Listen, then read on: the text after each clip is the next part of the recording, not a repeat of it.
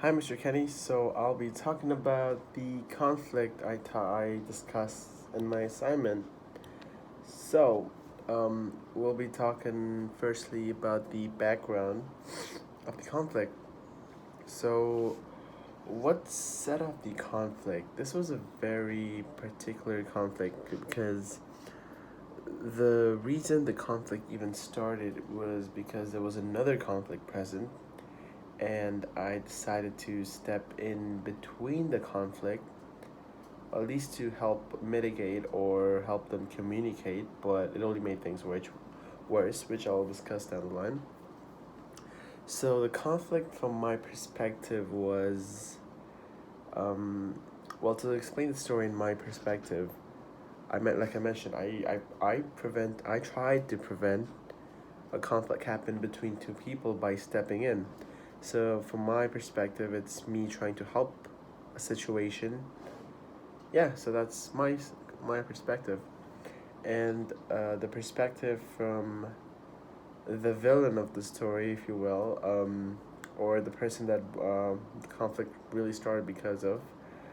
The perspective from that for that person would be shock. They were in shock, and it felt like everyone in the friend circle were out to get them, were pointing fingers at them. This was only due to them being not very self aware of their actions or their interactions around people. So yeah, um, the kind of feelings that arose with me during the conflict was, for sure, confusion and concern, because I was feeling genuine concern for the people involved, and concern because the person involved was not able to see any of their wrongdoings, which was quite terrifying for me, I would say, because generally I like to have fully functioning people around in my friend circles, which keeps a very healthy ecosystem. And for the question where which party had felt like the conflict was more apparent, I would say definitely my side. My side meaning me and the other person involved within the conflict that, well, I think in the story I've mentioned their names with different names, Bucky and Ash. But to just reiterate, Buck was the person that was using financial and emotional aid from everyone around them, but not reciprocating the same amount back. So Ash, being the other person that I tried to help in this situation, was not happy with the way Buck was treating the people around them, especially Ash himself. So for Ash, the conflict was apparent because Ash had the problem with Buck, and for Buck it was not very apparent because Buck was not very self aware of the activities around them, or at least the effects of the activities around them. So if the conflict were to be resolved,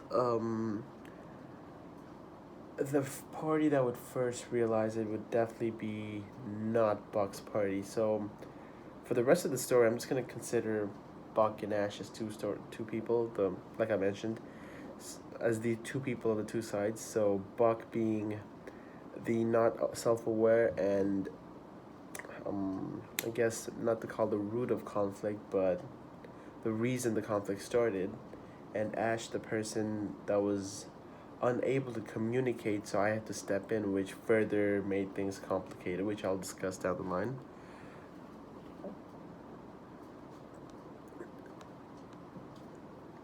So we go to the next slide where we're gonna talk about the analysis of the situation.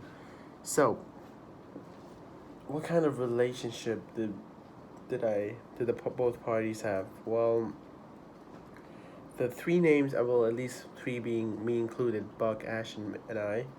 Well, three of us were in a friend circle of close friends, a circle of close friends. Sorry, and in that circle, everyone was quite close to each other. So we all knew each other pretty well, and I think a result of this conflict, of course, after it being solved, was a much healthier relationship between the people involved, which is the three of us. There was more understanding, there was more trust, but to get across, to at least to overcome the conflict, was really, really difficult because of the situation and the impulse of certain people involved. So, we're going to talk about the effects, well, the emotions felt by both parties. I think I've touched on this prior, but I'll just run down really quickly again. For the emotions felt by both parties, on Buck's side, there was definitely fear. There was a lot of operation from fear. Well, I guess not to get too deep into it, but certain fears would be fear of abandonment and fear of being seen as a nuisance. So these things kind of translate to other behavioral traits as well, which I've not touched on deeply, but I guess if I were to quickly touch on them, I would say um, Buck felt attacked almost when we pointed out these negative traits about Buck.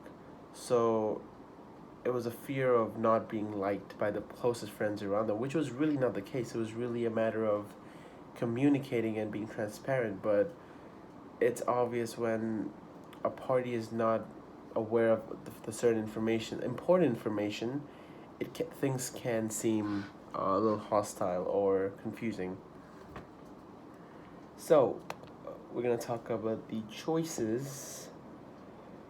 So, I'll start off with what kind of reactions my choices got. So, first of all, the choices I made were to speak on behalf of Ash because I felt like there was not enough communication happening between those two people that had a problem. So I figured I'd step in and oil things up and smoothen things out. But my reaction, or at least my actions in this situation, made things worse because, like I mentioned in my assignment, Buck felt attacked and confused as to why I was the one talking for the whole situation. So it made it seem like there were more enemies towards Buck. Well, obviously, at least in the mind of Buck. And the goal I had in mind was to make everything smoother. By that I mean making the communication smoother, the understanding smoother, the responses smoother. But I guess to make things simpler and smoother, it would have just had to make the equation simpler. So instead of adding myself to the equation, I should have just left myself out and let, which I should probably discuss further down the line. But yeah, we're gonna talk about the plan of the conflict. So what I would have done differently. So, um, for this situation, what I would have done differently is, like I was saying, but prior, I would have removed myself entirely from the situation.